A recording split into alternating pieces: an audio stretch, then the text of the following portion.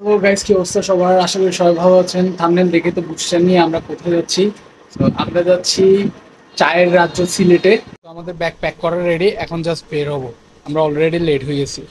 তো আমাদের ট্রেন হচ্ছে 9:45-এ। অলরেডি আমরা লেট হয়ে গেছি, এখন অলরেডি 9:07। আমরা এখন বাসা থেকে বেরোই নেই, বাট প্যারানাই স্টেশন আমাদের থেকে খুব কাছে। 10 থেকে 15 মিনিটের রাস্তা। তো তাড়াতাড়ি বের হয়ে যাচ্ছি, আপনার সাথে দেখা হবে নেক্সট স্টেশনে যে। ওকে, টাটা। ট্যাক্সি থেকে নামতেই দেখি ঝিরিঝিরি বৃষ্টি পড়তেছে, ঠান্ডা হাওয়া আসতেছে। মনের মধ্যে অনেক এক্সাইটমেন্টও ছিল সিলেট যাওয়ার জন্য। এরই মধ্যে আমরা স্টেশনে পৌঁছে যাই, আমাদের 10 মিনিটে বেশি সময় লাগে না। আগেই বলেছিলাম আমাদের বাসা থেকে রেল স্টেশন খুব কাছে, তারপরও মনের মধ্যে একটা ভয় ছিল যদি ট্রেন ছুটে যায় সেটা নিয়ে। তাই আমি তাড়াহুড়া করে স্টেশনের ভিতর ঢুকে পড়লাম। আর ভিতরে ঢুকতে এদিকে আমার সামনে ট্রেন দাঁড়িয়ে আছে, আর আমি গুটি গুটি পায়ে ট্রেনের দিকে এগিয়ে যাচ্ছিলাম। এদিকে আমাকে বৃষ্টি বলতেছিল তাকে একটা ভিডিও করে দিতে, সেও নাকি স্টোরি দিবে। তো এইটা হচ্ছে আমাদের ট্রেন। চট্টগ্রাম থেকে সিলেটের উদ্দেশ্যে দুইটি ট্রেন ছেড়ে যায়, একটা হচ্ছে উদয়ন এক্সপ্রেস আর একটা হচ্ছে পাহাড়িকা। আর আমরা যাচ্ছি উদয়ন এক্সপ্রেসে করে। আমাদের ট্রেনটি 9:45-এর আগে স্টেশনে চলে আসে। অনেকে বলে ট্রেন ঘন্টা 2 ঘন্টা লেট করে, বাট আমাদের ট্রেনটি আগে থেকে স্টেশনে ছিল, যেটা আমার থেকে ভালো ব্যাপার বলে মনে হয়েছে। আমাদের থেকে ওয়েট করতে হয়নি। তো আমরা এখন ট্রেনে উঠে পড়বো। উঠে পড়ার পরে বাকি সিটগুলো, আমাদের সিটগুলো আপনাদেরকে দেখাবো। সো এটা হচ্ছে যে আমাদের ট্রেনের কেবিন, আর এটা হচ্ছে নন এসি সিট। তো আমি আমার সিট খুঁজে পেয়ে গেছি, এখন আমি আমার লাগেজগুলো উপরে থাকের মধ্যে রেখে দিব। আর আপনাদেরকে একটা জিনিস দেখায়, ব্যাপারটা হাস্যকর হলো, আমার ব্যাগে এভাবে চেন দিয়ে তালা মেরে রেখেছিলাম, কারণ সিলেটের ট্রেন প্রচুর চুরি হয়। তো আমি ট্রেন থেকে নেমে কিছু চিপস অ্যান্ড কেকস নিয়ে নিলাম, যাতে পরে দিয়ে ক্ষুধা লাগলে খেতে পারি। অ্যান্ড এর মধ্যে আমাদের ট্রেনটি ছেড়ে দেয়, আমাদের ট্রেন বরাবর 9:45-এ ছাড়ে। আর একটা ব্যাপার যেটা বলতেছিলাম, আমাদের সিটগুলো হচ্ছে নন এসি সিট, হলো আমরা এসি সিটের ভাড়া দিয়ে উঠেছি। এবং কেন এত ভাড়া গুনতে হয়েছে এটার ডিটেলসটা ভিডিও শেষে ডিসক্রিপশনে দিয়ে দিব। এই ট্রেনের সিটের মধ্যে একটি বাস্কেট দেওয়া আছে, একটি বোতল হোল্ডার দেওয়া আছে, আর পা রাখার জন্য তেমন কোনো আরামদায়ক স্ট্যান্ড নেই। দীর্ঘ 2.5 ঘন্টা জার্নির পরে আমরা এখন ফেনী স্টেশনে এসে পৌঁছাইছি। এটা হচ্ছে ফেনী স্টেশন। আর সবাই আমাকে বলতেছিল ভিডিও করিয়েন না এখানে, কারণ এখানে মোবাইল টান মারে। আর এদিক দিয়ে বৃষ্টি কেক খাইতেছিল, আর আমি জিজ্ঞেস করতেছি কি খবর। আর হঠাৎ করে দেখি আমার প্রিয় সিঙ্গারা সিঙ্গারা আমার খুবই পছন্দ। তো একটা নিয়ে আবার ট্রেনে উঠে গেলাম। ভালো লাগছে রে, এই দিক দিয়ে অনেক বড় এটা।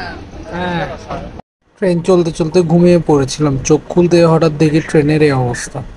ভুল করে কোনো অন্য ট্রেনে উঠে পড়লাম না তো? ঘুম ঘুম চোখ ভালো করে মুছে দেখি, না, ট্রেন তো ঠিকই আছে। হঠাৎ করে কিছু বুঝে উঠতে পারতেছিলাম না, কারণ একদিকে দিকে এক বৃদ্ধ লোক আরেকজনের সিটের হ্যান্ডেলে বসে আছে। কিছু মানুষ দেখি গেটের মধ্যে এভাবে দাঁড়ায় আছে। আবার কিছুক্ষণ পর দেখি এখানে বাদাম বিক্রি করতেছে। আবার কিছুক্ষণ পর আসলো টিটি টিটি সাহেব। আসি এগুলো দেখছে, কিন্তু দেখেও কিছু বলে নাই। আর কিছুক্ষণ পর দেখি চলন্ত ট্রেনে এভাবে একজন ভিক্ষুক ভিক্ষা করতেছে। দেন আমি ওয়াশরুমের দিকে যাচ্ছিলাম, আর যেতেই দেখি কেবিনের মুখে এভাবে মানুষ দাঁড়িয়ে আছে। অ্যাটলিস্ট কেউ যদি সিলেট যান, সিলেটের ট্রেনে কখনো ওয়াশরুম করার চিন্তা ভাবনা করবেন না। আমার পেছনে অবস্থা খারাপ আছে, জাস্ট আপনাদেরকে ওয়াশরুমের অবস্থাটা দেখেন। ওয়াশরুমের অবস্থা, এটা হচ্ছে খিল আর বেসিন, কমোড। আপনার কাজ শেষ করে ফ্রেশ হওয়ার জন্য কোনো কিছুই নেই এখানের মধ্যে, জাস্ট একটা আলো আছে। এখনো সিলেট পৌঁছাইতে আরো 4 ঘন্টা লাগবে। এখন অলমোস্ট রাত 3টা বাজতেছে। আমার লাইফের সবচেয়ে খারাপ একটা ট্রেন জার্নি হইতেছে এই ট্রেন জার্নিটা। এই কথাটি বলার কারণ হচ্ছে, আমি যতটুকু জানি চট্টগ্রাম থেকে সিলেট যাওয়া এই উদয়ন এক্সপ্রেস ট্রেনটি একটি ফার্স্ট ক্লাস ক্যাটাগরির ট্রেন। আর এই ট্রেনটি হচ্ছে রিজার্ভেশন সিটেড বা রিজার্ভ করা ট্রেন। সিটের রিজার্ভ করা ব্যতীত কোনো মানুষ দাঁড়িয়ে বা লোকালভাবে যেতে পারবে না। অথচ এই কেবিনের মধ্যে কিছুক্ষণ পর পর আপনি ভিখারিকে দেখতে পারবেন চলন্ত ট্রেনে ভিক্ষা করতেছে। তারপর মানুষ এভাবে দাঁড়িয়ে লোকাল ভাবে যাচ্ছে। একজন মানুষ আরেকজন মানুষের সিটের মধ্যে বসে বসে চলে যাচ্ছে। চলন্ত ট্রেনে এভাবে কেবিনের মধ্যে হকার মার্কেট বসাই দিছে, বাদাম বিক্রি করতেছে, কেউ সিঙ্গারা বিক্রি করতেছে। আমি এখানে রিজার্ভেশন সিট বুক করে লোকাল বাসের প্রপার ফিল পাইতেছি, যেটা আমার কাছে খুব বেশি প্যারাদায়ক মনে হচ্ছে। আর এটা আসলে একটা সেফটিও হ্যাম্পার করে, কারণ কিছুক্ষণ পর পর এক এক স্টেশন থেকে ওরা মানুষ তুলতেছে। আর এই মানুষগুলা ঘুমন্ত যারা প্যাসেঞ্জার আছে ওদের মোবাইল বা যে কোনো জিনিসপত্র চুরি করে নিয়ে যেতে পারে। আর এগুলো সবকিছু নিয়ন্ত্রণ রেলের ভিতরে টিটি এবং কর্মচারীরাই করে। ওরা এখানে টাকা খেয়ে বিভিন্ন মানুষকে এক এক স্টেশন থেকে তুলে আরেক এক স্টেশনে লোকাল ভাবে নামিয়ে দেয়, আর এবং তার বিনিময়ে তারা তাদের থেকে 200-300 টাকা করে ঘুষ নেয়। এই লোকাল ট্রেনের অবস্থা দেখে পুরো রাত ঘুম হয়নি, কারণ মনের মধ্যে একটা ভয়ও কাজ করতেছিল। এর মধ্যেই দেখি আকাশে ভোরের আলো ফুটেছে, অনেক সুন্দর লাগতেছিল জিনিসটা। আমি অনেক দিন পরে সকালের ভোরের আলো দেখছি, কারণ নর্মালি ঘুম থেকে উঠতে অনেক দেরি হয়, আর সকালের বাতাসটা গায়ে লাগলে কি যে শান্তি লাগে। একে তো চোখে পুরো রাত ঘুম হয়নি, তার মধ্যে সকালের ঠান্ডা ঠান্ডা বাতাস, চোখ ঝিমঝিম করতেছিল। এর মধ্যে আমরা চলে আসলাম শ্রীমঙ্গলের কাছাকাছি কোনো একটা জায়গায়। আকাশে এর মধ্যে পুরোপুরিভাবে সূর্যি মামার রাজত্ব চলে এসেছে, আর সূর্যি মামার আলোর সাথে এই সবুজ অরণ্য দেখতে খুবই অসাধারণ লাগতেছে। সিলেট আসলে অনেক সুন্দর। আপনারা জাস্ট এই রোডটা দেখেন, এটা হচ্ছে ট্রেন থেকে শ্রীমঙ্গলের ভিউ। আমি এই ভিউটা এনজয় করতে করতে যাচ্ছিলাম, আমার সাথে সাথে বৃষ্টিও এই ভিউটা এনজয় করছিল। আসলে আল্লাহ প্রকৃতি কতই না সুন্দর। আমি ট্রেনের বাইরে থেকে দাঁড়িয়ে দাঁড়িয়ে বাতাস খাচ্ছিলাম। এর মধ্যে আমরা কোনো একটা স্টেশনের মধ্যে নামি। এটা হচ্ছে শ্রীমঙ্গলের একটু আগের একটি স্টেশন। স্টেশনটি দেখতে অনেক পুরাতন মনে হচ্ছিল, আর বৃষ্টি আমাকে এদিক দিয়ে দুষ্টামি করতেছিল আমার সাথে। এর মধ্যে আবার আমাদের ট্রেন ছেড়ে দিয়েছে। আর সিলেটে একটা জিনিস দেখি, সিলেটের মধ্যে প্রচুর এরকম বিল আর সবুজ অরণ্যে ঘেরা।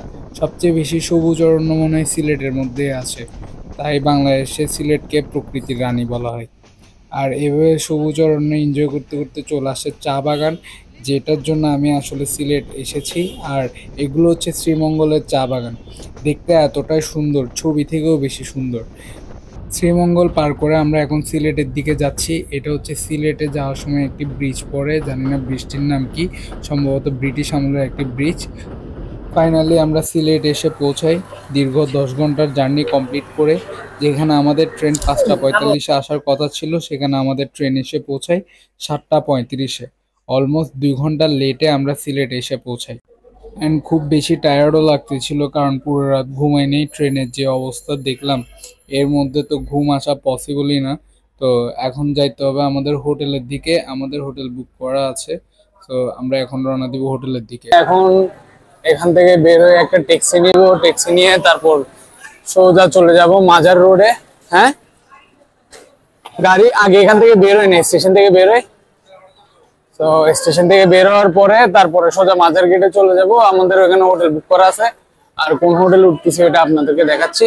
তো দেখা হচ্ছে হোটেলে গিয়ে। আমাদেরকে ট্রেন যে প্ল্যাটফর্মে নামিয়ে দেয়, ওখান থেকে 2টা রেল লাইন পার হয়ে আবার এই প্ল্যাটফর্মে এসে মেইন স্টেশনে গেট দিয়ে বেরোতে হয়। ব্যাপারটা খুবই অদ্ভুত। স্টেশন থেকে বের হয়ে ট্যাক্সি ভাড়া করতে সাবধান, কারণ তারা ট্রেনের থেকে নামা যাত্রীদের থেকে দ্বিগুণ ভাড়া আদায় করতে বসে থাকে, তাই দরদাম করে ট্যাক্সি ভাড়া করবেন।